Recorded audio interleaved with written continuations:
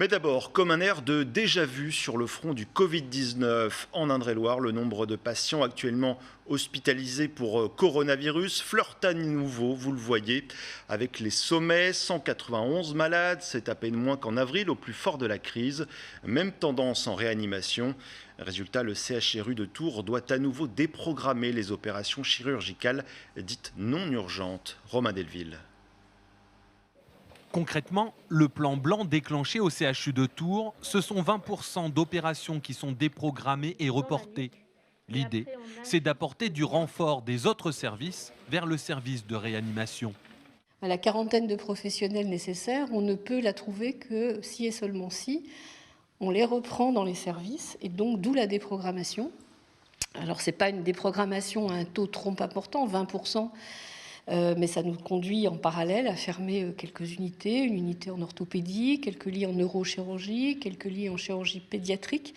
Ces déprogrammations sont la conséquence de personnel qui manque au CHU. Il y a les soignants, dits fragiles, qui sont retirés du travail, les personnels positifs, même asymptomatiques, qui sont écartés 7 à 10 jours. Le taux d'absentéisme est de 9,5%, soit un point de plus que d'habitude, soit environ 100 personnes.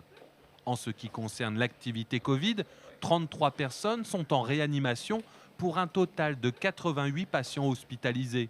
Les 88, qui étaient 93 hier, sont quand même des chiffres qui nous invitent à une grande prudence, ce d'autant que le CHU, vous le savez, c'est le seul CHU de la région, et que d'autres départements, notamment l'Eure-et-Loire, sont confrontés aujourd'hui à une montée en charge encore plus importante et sont amenés à nous transférer des patients très régulièrement. Depuis le début du mois, nous avons accueilli une vingtaine de patients d'autres départements que le nôtre.